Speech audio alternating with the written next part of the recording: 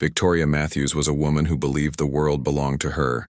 She came from old money, the kind of wealth that had been in her family for many generations.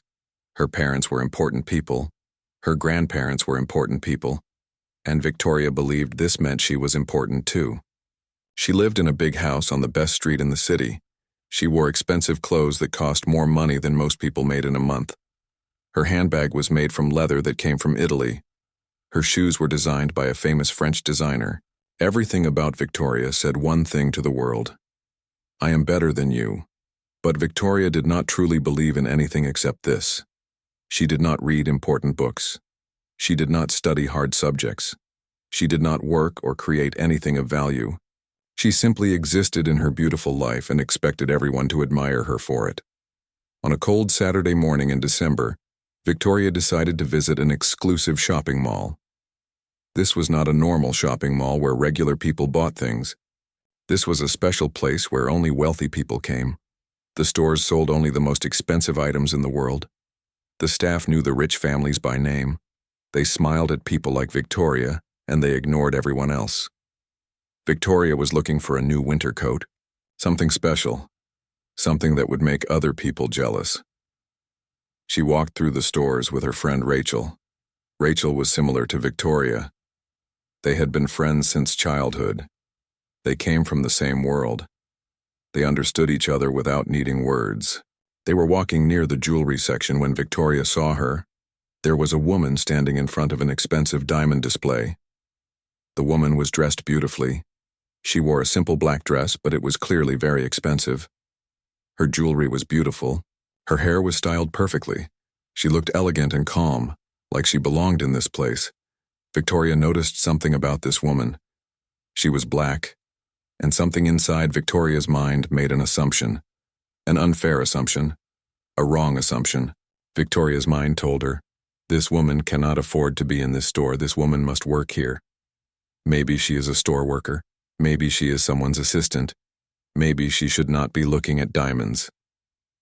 These thoughts came to Victoria without her even thinking them properly. They just appeared in her mind like poison.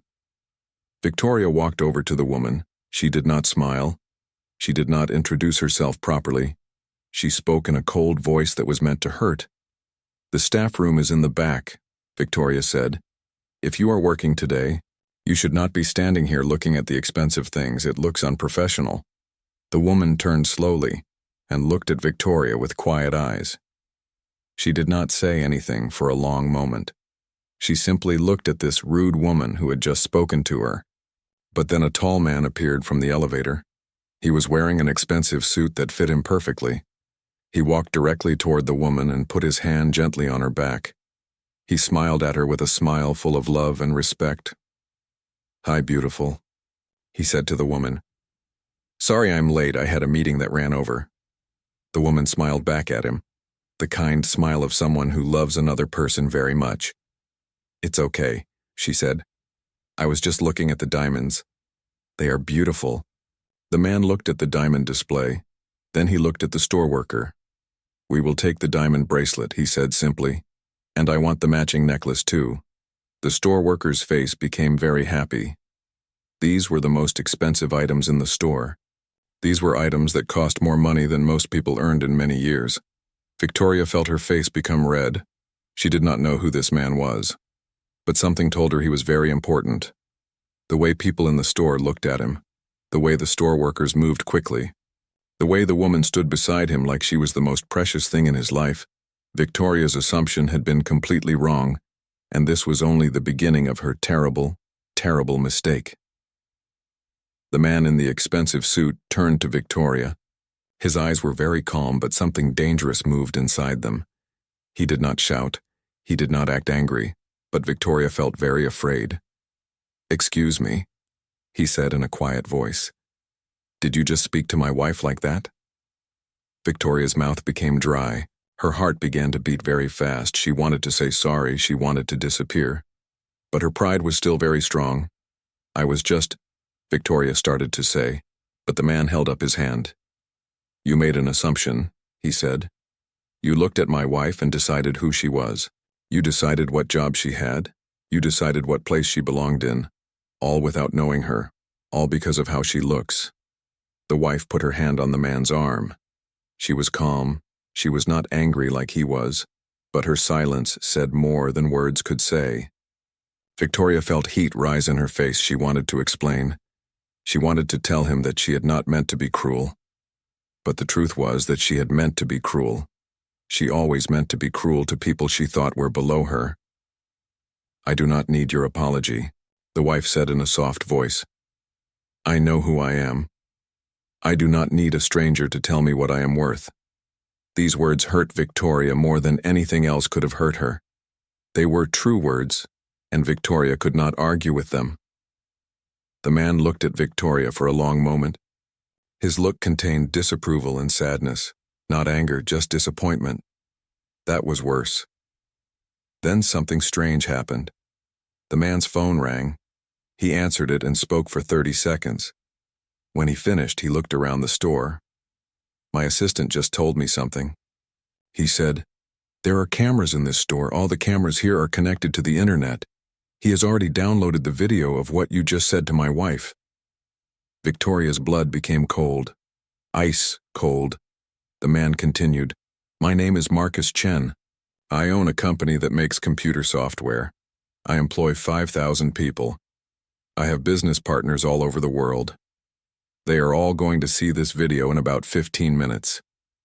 Victoria tried to say something, but no words came out. "You see," Marcus said, "when you insult my wife, you insult me. When you show the world how small your mind is, you also show me your character, and your character matters, because you clearly work in a world where reputation matters." Victoria tried to speak, but her voice sounded weak and small. "Before you say anything," Marcus said, "I want you to know something. I did not come from money like you did. My parents were immigrants. They worked in restaurants and factories. My mother cleaned houses for people like your family. I put myself through college. I built my company from nothing. And my wife is a doctor. She earned 2 degrees. She speaks 4 languages. She volunteers at a children's hospital every month." The wife smiled a little when he said these things. It was a smile of someone who knows she is loved and respected. Marcus pulled out his phone. He pressed some buttons. "My assistant is going to send this video to your employer right now," he said. "He is also sending it to your family's business partners, and to the social media accounts of everyone you know. Please," Victoria whispered, "please do not do this." "I am not doing this to be cruel," Marcus said. "I am doing this because actions have consequences. You treated my wife like she was nothing. The world needs to see who you are so they can decide if they want to do business with someone like you." Victoria looked around the store. Everyone was looking at her, the store workers, the customers, the security guards. All of them had seen her speak to the wife that way. All of them had recorded it. All of them would tell their friends. Her phone suddenly began to ring, then ring again, then ring many times. Messages started to come in, angry messages, confused messages, messages from people asking if she was okay. But it was too late. Everything had already started. The virus was spreading. The video was moving through the internet like a disease. It would reach her mother in minutes. It would reach her boss. It would reach her friends. It would change everything. Victoria looked at Marcus and his wife. They were already walking away. The wife held his arm gently. She laughed at something he said. She was not worried. She did not need to be worried. Victoria stood alone in the middle of the store, her phone in her hand, her life changing second by second. She understood now. She understood too late. Victoria sat in her car in the parking lot of the shopping mall. Her hands were shaking so badly that she could not hold her phone still. The videos were everywhere. On social media, people were sharing them, commenting on them, making them into small funny pictures called memes. But this was not funny to Victoria. Her phone kept ringing. Her mother called first. Victoria could hear anger and fear in her mother's voice. Her father's lawyer called second. There was sadness and disappointment in his voice. Her boss called third. But he did not say much. He just said, "Do not come to work on Monday." Victoria scrolled through the internet with shaking fingers. There were so many videos of her now, videos from different angles. The videos showed everything. They showed her rude words. They showed the man's calm response. They showed how she looked so small and mean. She searched for the man's name, Marcus Chen. What she found made her blood become even colder. Marcus Chen was not just rich, he was extremely rich. His company had made software that millions of people used. He had started the company in his apartment. Now it was worth more than $5 billion. He had won many awards. He had been on the cover of important business magazines. Business schools taught about his success. And his wife, the woman Victoria had insulted. Her name was Dr. Amara Chen. She was not just a doctor. She was a special doctor who worked with children who had serious diseases. She had written books about helping sick children. She had worked in poor countries to help people who had no money. She had won awards for her kindness and her work. Victoria looked at photos of Dr. Amara on the internet. In the photos, she was beautiful. But more than beautiful, she was smart and kind. You could see it in her eyes. You could see it in the way she smiled with sick children in one photo. She was holding a small child who was bald from medicine. The child was laughing. Dr. Amara was laughing with the child. Victoria felt her stomach become sick. She searched for more information. She learned that Dr. Amara had graduated from one of the best universities in the world. She had studied medicine for many years. She spoke 5 languages, not 4. She had traveled to 30 countries to help people. She had refused to take money for her medical work in poor countries. How could Victoria have thought this woman was nobody? Victoria searched for what people were saying about her on social media. The comments were very angry. One person wrote, "This is why we have problems in the world. People like this woman think their money makes them better." Another person wrote, "She is everything that is wrong with rich people." Someone else wrote, "I hope this woman loses her job. She deserves it." Victoria's phone rang again. This time it was a news reporter. She wanted to know if Victoria would speak about what happened. Victoria said no and hung up. But by then, the video had already been shown on television news. It had been shown on international news. People in other countries were now watching the video. People were talking about it in different languages. Victoria looked at her bank account. She had a lot of money, but she understood that money could not fix this problem. She looked at her work email. There were messages from business partners who said they could not work with her company anymore. There were messages from clients who said they wanted different services from other companies. She looked at the comments under her family name on the internet. People were saying that her family was not good. People were saying her family did not teach her respect. People were saying she had learned bad things from her parents. This was the worst part for Victoria. Her family's name, her family's business, her family's reputation. All of these things were being hurt because of what she had done. She thought about her mother. Her mother had worked hard her whole life to build the family business. Now people were talking about the family in very bad ways. She thought about her father. Her father had taught her to be confident, but she had used his confidence as a reason to be cruel. She thought about her younger brother. He was applying to universities. Now universities might not want him because of her actions. Victoria understood Marcus Chen had not said he was going to destroy her. She was destroying herself. The video was the proof. The internet was the judge. The whole world was watching her fall. But the worst part was not her job. It was not the money she would lose. It was not even the shame. The worst part was that she had finally understood who she really was. She was small. She was mean. She was the kind of person that good people stay away from. And now everyone else understood it too. Within 3 minutes of Marcus Chen's assistant sending out the video, it had been viewed by 2,000 people. Within 10 minutes, it had been viewed by 100,000 people. Within 30 minutes, the video was everywhere, on social media. People began to add their own comments, their own anger, their own pain. One person who watched the video worked in a hospital. This person had experienced many moments like Victoria's moment. People who judged them for their appearance, so they shared the video and wrote, "This is why I never feel safe in nice places." Another person had been told by someone like Victoria that they did not belong somewhere. This person wrote angry words under the video. These words received thousands of likes. Then a news channel picked up the video. A young reporter saw it and understood its importance. She decided to make it the top story on the evening news. When the news reporter showed the video to millions of people watching television, everything changed. The hashtag began very small. It started as just a few people writing "funner, rich and disrespectful" or "shame on you." But soon more people joined in. They created new hashtags. "Our entitlement culture and racism exposed" and "justice for Amara." Teachers showed the video to their students. They asked the students, "What did Victoria do wrong?" The students discussed the video in classrooms.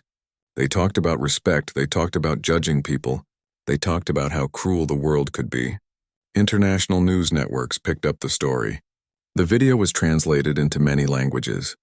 People in Africa watched it. People in Europe watched it. People in South America watched it. Suddenly, the story was not just about Victoria and Marcus and Amara. It was about something bigger. It was about a problem that existed everywhere in the world. On the internet, people began to research Victoria's family. They found old photographs of Victoria at parties. In many of these photographs, she was standing away from people who looked different from her. People began to share these photographs. They pointed out how Victoria had always acted this way. Then someone found Victoria's old school yearbook in it. Victoria had written something not kind about a student who came from a poor family. People screenshotted this and shared it everywhere. Newspapers began to write about the incident. Journalists looked deeper into Marcus Chen's life. They learned about how hard he had worked. They learned about his success story. They learned about Dr. Amara's charity work. Every article they wrote made Victoria look worse. A famous activist saw the video. This activist had been fighting against racism for 30 years. They wrote a long message about the video. This activist had millions of followers. So when they wrote about what Victoria did, millions of people read their words. Universities began to discuss the incident. Professors used the video to teach their students about respect and dignity.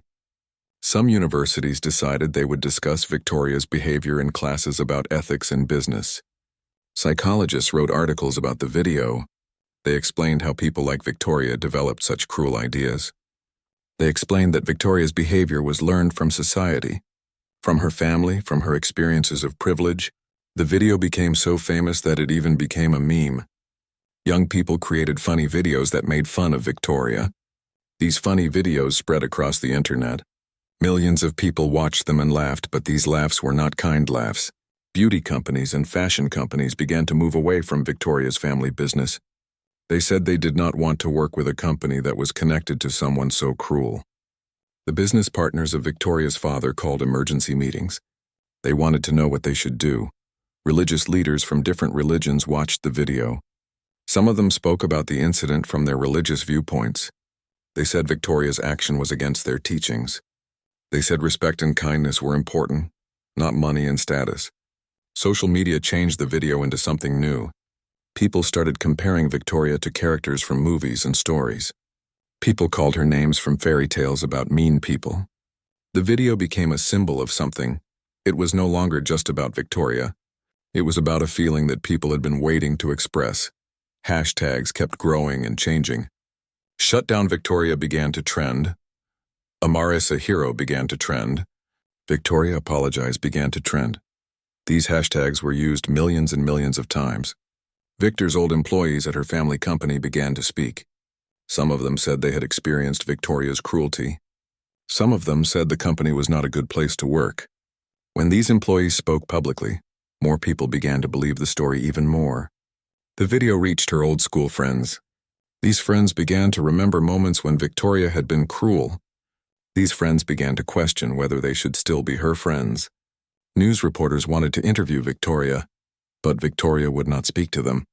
This made people believe she was guilty of the things they were saying about her. The digital fire was still burning. The flames were getting bigger and hotter.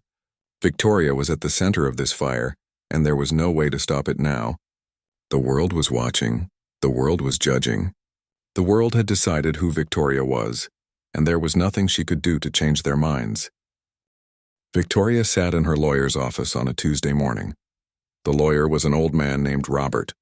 He had helped her family with legal problems for many years. But even Robert looked sad when he looked at Victoria now. "Your mother's company is in serious trouble," Robert said. He pushed a piece of paper across his desk toward Victoria. 3 major business partners have ended their contracts. The value of the company has dropped by $40 million in just 2 days. Victoria felt like she was going to be sick. $40 million, that was more money than most people would earn in 1,000 lifetimes. And it was gone because of her, Robert continued. Your father's business colleagues are asking him to step down. They say that he should not be leading a company while his daughter is involved in such a scandal. What can we do? Victoria asked. Her voice was very small. We cannot do much, Robert said. He took off his glasses and rubbed his eyes. The video is real. Your words were real. You insulted Dr. Amara in public. Marcus Chen has very good lawyers, and he has done nothing illegal. He simply shared the truth. Victoria's mother came to pick her up from the lawyer's office. She did not speak to Victoria during the car ride. She did not speak to her when they arrived home. She just walked up the stairs to her bedroom and closed the door.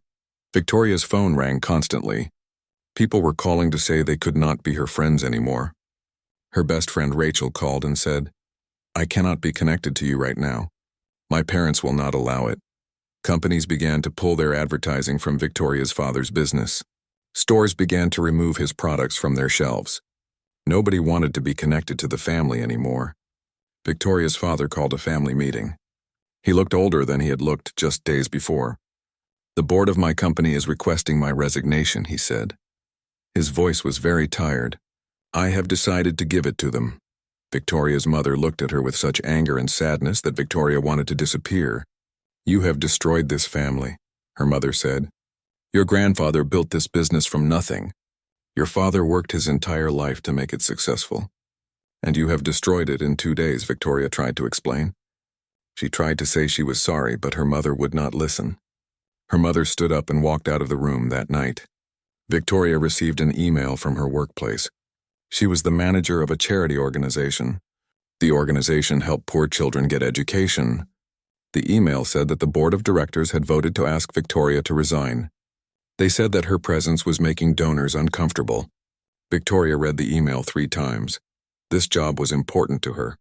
She had worked at this charity for 5 years. She had helped hundreds of children, but now they did not want her.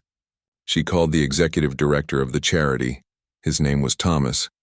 He had always been kind to Victoria. Thomas, please. I can explain, Victoria said. Victoria, I believe you when you say you did not mean to be cruel, Thomas said. But the problem is not just about what you meant. It is about what you did. And what you did has hurt our organization, donors are calling. They are saying they do not want to give money to an organization that has someone like you working here. I will apologize, Victoria said desperately. I will make a public apology. I will say I was wrong. I do not think that will help, Thomas said. The damage is done. The board has made their decision. We need you to resign. After Thomas hung up the phone, Victoria sat in silence for a long time. She had lost her job. Her family's business was broken. Her parents would not speak to her. Her friends had disappeared. Her reputation was destroyed, but there was more coming. Her bank accounts began to show strange activity. Investment accounts that had been growing for years suddenly lost value. Victoria's financial advisor called to explain that some people who had been investing with her family wanted to move their money somewhere else. Nobody wanted to be connected to the family anymore. A lawyer from Marcus Chen's legal team sent Victoria a letter. The letter said that Victoria had committed assault. They said they were considering filing charges. Victoria's lawyer told her that she could face jail time. Victoria's social media accounts were flooded with messages. Thousands and thousands of people wrote cruel things to her. Some people told her to disappear. Some people said much worse things. She tried to hide in her house. But photographers appeared outside. They wanted to take pictures of her looking sad. These pictures would be in newspapers and on websites. Victoria's younger brother came home from his school. His classmates had been making jokes about him. His teachers had been treating him differently. He looked at Victoria with confusion and hurt. Why did you do this? He asked. Why did you hurt our family? Victoria had no answer for him. She looked at herself in the mirror. The person looking back was not the same person who had walked into that shopping mall just days before. That Victoria had believed she was better than everyone else. That Victoria had believed money made her important. Now Victoria understood that she was not better than anyone. She was worse. She had hurt people she loved. She had hurt people she did not know. She had hurt her own family. And the worst part was that she deserved everything that was happening to her. The collapse was complete. The fall was total. And there was still a long way to fall. 3 weeks after the video appeared, Victoria received a letter from the courthouse. She had been charged with assault. The letter explained that Dr. Amara Chen had decided to press charges against her. Victoria's hands shook so badly that she dropped the letter on the floor. Her lawyer, Robert, called an emergency meeting. He looked very serious. "Victoria, you need to understand something," he said. "This is very serious. You could go to jail for this. Even if you do not go to jail, you will have a criminal record for the rest of your life." Victoria sat in the courthouse on a cold January morning. News cameras were outside. Photographers were waiting. People wanted to see her. People wanted to watch her suffering. She walked into the courthouse with her lawyer. The hallway was full of people. Some were reporters. Some were just people who wanted to see her. They looked at her with anger and judgment. Nobody smiled. Nobody showed her kindness. In the courtroom, Dr. Amara sat on one side. She looked beautiful and calm. Victoria looked at her and felt so much shame that she could barely breathe. The judge was a woman named Judge Patricia Williams. She looked like she did not have much patience for people like Victoria. The judge asked Victoria to stand up. Victoria's legs were shaking so badly that she thought she would fall down. "Do you understand the charges against you?" The judge asked. "Yes, Your Honor," Victoria said. Her voice was so quiet that people in the courtroom had to lean forward to hear her. The prosecutor stood up. He was a man named David Torres. He showed the video to the judge. He showed photographs of Dr. Amara after the incident. He showed the stress and fear in her face. "This woman attacked another woman in public," David Torres said. His voice was angry and strong. "She attacked her because of her race. She attacked her because she thought this woman was below her. This is exactly the kind of behavior that our society must not tolerate." Victoria's lawyer tried to say good things about her. He said that Victoria had no criminal history. He said that Victoria was sorry. But the judge did not seem to believe that Victoria was truly sorry. Then Dr. Amara stood up to speak. She looked directly at Victoria. "I did not want to press charges, Doctor," Amara said. Her voice was calm and clear. "I wanted to move forward with my life, but I realized that if I did not do this, many other women like me would continue to be treated this way. This case is not just about me. It is about everyone who has been judged and insulted because of how they look." The judge nodded. She understood Dr. Amara's words. The judge looked at Victoria. "You will pay a fine of $50,000, the judge said. "You will serve 6 months of community service. You will attend counseling about racism and respect. And you will have this crime on your permanent record." Victoria felt like she could not breathe. Community service. A criminal record. $50,000. As Victoria left the courthouse, reporters shouted questions at her. "Victoria, do you regret what you did? Victoria, will you apologize to Dr. Amara? Victoria, do you think you got what you deserved?" Victoria did not answer any of their questions. She just walked to the car with her lawyer. But the court case was not the only consequence. Victoria's therapy sessions began the next week. She had to attend 4 hours of therapy every week. The therapist was a woman named Dr. Sandra Lee. She was not kind to Victoria. She was professional and serious. "Why do you think you behave this way?" Dr. Sandra asked during their first session. Victoria tried to explain. She tried to make it seem like a small mistake. But Dr. Sandra did not accept her explanation. "You saw a woman and decided she was nothing," Dr. Sandra said. "You did this because you had been taught that money and skin color determine a person's value. This is a very deep problem in your thinking. We need to work on this." Victoria's community service was at a homeless shelter. She had to serve food to homeless people. She had to clean toilets. She had to listen to stories of people who had nothing. People who had experienced the world as being very cruel to them. One day a homeless man told her his story. He said that he used to have a good job, but he had been fired because of discrimination. He had lost his house, he had lost his family. He ended up on the streets. Victoria listened to his story. She understood that the world was not as simple as she had believed. Every week at the shelter, she met new people. People with different stories, people with different struggles. These people did not care that Victoria had been rich. They just treated her as another person. For the first time in her life, Victoria was treated the same as everyone else. Her old life was completely gone now. She could not work in any job that required a clean background. She could not travel to many countries with her criminal record. She could not even get a credit card easily because of her status. The people she used to know began to disappear from her life. Her childhood friends stopped returning her calls. Her parents' friends acted like they did not know her. She was alone in a way she had never been alone before. While Victoria was serving her community service hours at the homeless shelter, Dr. Amara was being invited to speak at important universities. A famous university called Harvard University asked Dr. Amara to come speak about her life, about her work helping poor children, about what it meant to be a black woman in a world that did not always treat black women with respect. 3,000 students came to listen to her speak. Dr. Amara stood on the stage and told her story. She did not talk about Victoria. She did not say angry words about the incident in the shopping mall. Instead, she talked about her journey. She talked about the difficult moments in her life. She talked about the times when people had judged her unfairly. "I have experienced discrimination many times," Dr. Amara said to the students. "I have been followed in stores because people thought I would steal. I have been asked if I was someone's helper at fancy dinners. I have been told that I was not smart enough to be a doctor." The students listened very carefully, but I decided not to let other people's small thinking stop me from doing big things. "Dr. Amara continued, "I became a doctor. I work with children who have serious diseases. I help people all over the world. This is who I am. Not because of what anyone else thinks, but because this is who I choose to be." The students stood up and clapped for a very long time. Many students had tears in their eyes. Many of them said later that her words had changed them. A famous magazine called National Geographic asked to do a story about Dr. Amara. The magazine sent a photographer and a writer to follow her for a month. They watched her help sick children in Africa. They watched her work in hospitals in poor neighborhoods in America. The article that came out was very beautiful. It was titled, "The Woman Who Changed the World One Child at a Time." Television programs wanted to interview Dr. Amara. She appeared on news shows and talk shows.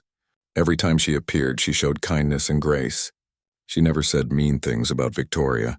She never talked about revenge. She simply talked about wanting to help others. A children's charity asked Dr. Amara to be their ambassador. They gave her the job of raising money to help poor children get health care. Dr. Amara accepted the job. She worked very hard. She traveled to different cities. She told the stories of the children she had helped within 6 months. The charity raised more money than it had ever raised before. People wanted to give money because they believed in Dr. Amara. Meanwhile, Victoria was scrubbing toilets at the homeless shelter. She was serving food to poor people. She was listening to their stories. Every day she understood more and more how different her life had been from their lives. One day someone at the shelter recognized Victoria. This person told other people. Soon many people at the shelter knew who she was. Some of them were angry, but most of them just looked at her with sadness. "You are learning what it is like to not be special," one homeless man said to her. "Welcome to how most of us feel all the time." Victoria could not argue with him. He was right. The contrast between Victoria and Dr. Amara became very clear to the whole world. Newspapers wrote about it. While Victoria Matthews hides away in shame, Dr. Amara Chen continues to change lives, one newspaper headline said. Social media continued to celebrate Dr. Amara. Every positive thing she did was shared and liked by millions of people. Every kind word she spoke was repeated over and over. But Victoria's name was now associated with only one thing. Only with the moment she slapped Dr. Amara. Only with racism, only with entitlement. When people searched for Victoria's name on the internet, the first thing they saw was the video. When they searched for Dr. Amara's name, they saw her charitable work, her medical achievements, her awards. Dr. Amara was asked to write a book about her life. A famous publisher gave her a lot of money to write the book. The book would tell her story from the beginning. It would talk about the discrimination she had faced, but it would also talk about her dreams and her achievements. When the book came out, it became a bestseller. Millions of people bought it. Millions of people read about her life in the book. Dr. Amara wrote just 2 paragraphs about the incident with Victoria. She wrote about it not with anger, but with understanding. She wrote about how she had realized that Victoria was probably taught these things by society. She wrote about how she hoped Victoria would learn and grow. Even in her writing about Victoria, Dr. Amara showed more grace than Victoria had ever shown anyone. The world could see the difference between these 2 women very clearly now. One woman had everything but had used it to hurt others. One woman had nothing but used what she had to help others. One woman had fallen completely. One woman had risen to greatness. And the whole world was watching this contrast. The world had decided who deserved their respect, who deserved their love, who deserved their admiration, and it was not Victoria. In wealthy neighborhoods and elite schools, people told the story of Victoria Matthews as a warning. Parents told their children, "Remember Victoria Matthews? Remember what happens when you are cruel to people." The story of Victoria became like a fairy tale, but instead of a fairy tale with a happy ending, it was a story about how one moment of cruelty could destroy a life. Victoria was now 42 years old. She lived in a small apartment in a regular neighborhood. Not a fancy neighborhood. She worked as a counselor for troubled teenagers. The job did not pay much money, but it gave her purpose every day. Victoria worked with young people who had made bad choices. She told them about her own bad choice. She told them about the moment that changed everything. The teenagers listened because they understood that Victoria had really suffered for what she had done. She was not just lecturing them. She was sharing her real pain. Victoria had spent the last 5 years in therapy. She had learned about racism.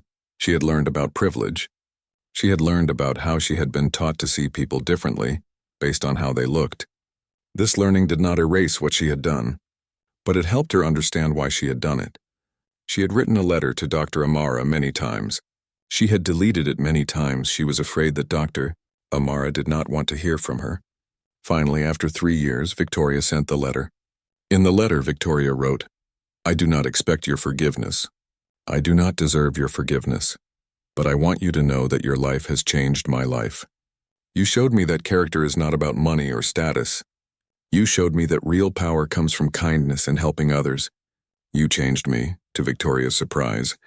Dr. Amara responded, "The letter was not mean. It was kind," Dr. Amara wrote. "I appreciate your letter. I have seen your work with teenagers. I have seen that you are trying to be a better person. This is good. I do not forgive you because I need to. I forgive you because holding on to anger hurts me more than it hurts you. I hope you continue to grow and help others." These words meant more to Victoria than anything else in her life. In universities and schools, professors used Victoria's story to teach about racism and entitlement. They showed the video to students. They asked, "What would you do differently?" Students discussed what they learned online. The hashtag Victoria Matthews became a symbol. When people saw cruelty or entitlement, they would write Dr. Victoria Matthews. It was a way of saying, "Remember what happens when you act this way." Victoria's parents had eventually accepted what happened. Her father had started a new business. It was smaller than his old business, but it was successful. He and Victoria had slowly rebuilt their relationship. His business was based on treating people fairly, treating workers well. He had learned from his daughter's mistake. Victoria's mother had also changed. She had started teaching about racism at a women's club. She told other wealthy women what she had learned from her daughter's terrible experience. Victoria's younger brother was now a lawyer. He worked for a civil rights organization. He helped people who had experienced discrimination, he had told Victoria. "You made me understand that having privilege is not something to be proud of. It is something to be responsible for." Sometimes, Victoria would see videos online of people being cruel to others. She would feel sick. She understood now what it felt like to be the subject of shame. She understood what it felt like to have the whole world judge you. But she also understood that this was necessary. She understood that accountability was necessary. She understood that consequences were necessary. If people like her never faced consequences for their cruelty, then more people would be cruel. Years passed. Victoria aged, her black hair became gray. Her face showed the lines of her difficult journey. But her eyes showed something different now. They showed understanding. Young people who worked with Victoria in her counseling job learned an important lesson. They learned that you could make terrible mistakes and still become a better person. But you had to want to change, you had to do the work, you had to face what you had done. The story of Victoria Matthews became a permanent part of internet history. It would never disappear. Future generations would learn about her. Future young people would be warned by her story. And this was okay with Victoria. She had accepted her permanent place in history as a cautionary tale. She had accepted that her name would always be connected to that moment of cruelty. But she had also accepted that this gave her the opportunity to help others understand something important, something that the world needed to understand. That power and money did not make you important. That cruelty always had consequences. That the world was watching. That character and kindness were the things that truly mattered. Victoria Matthews had fallen. She had suffered, she had changed, and her story remained. A permanent warning, a permanent lesson, a permanent reminder for everyone who heard her story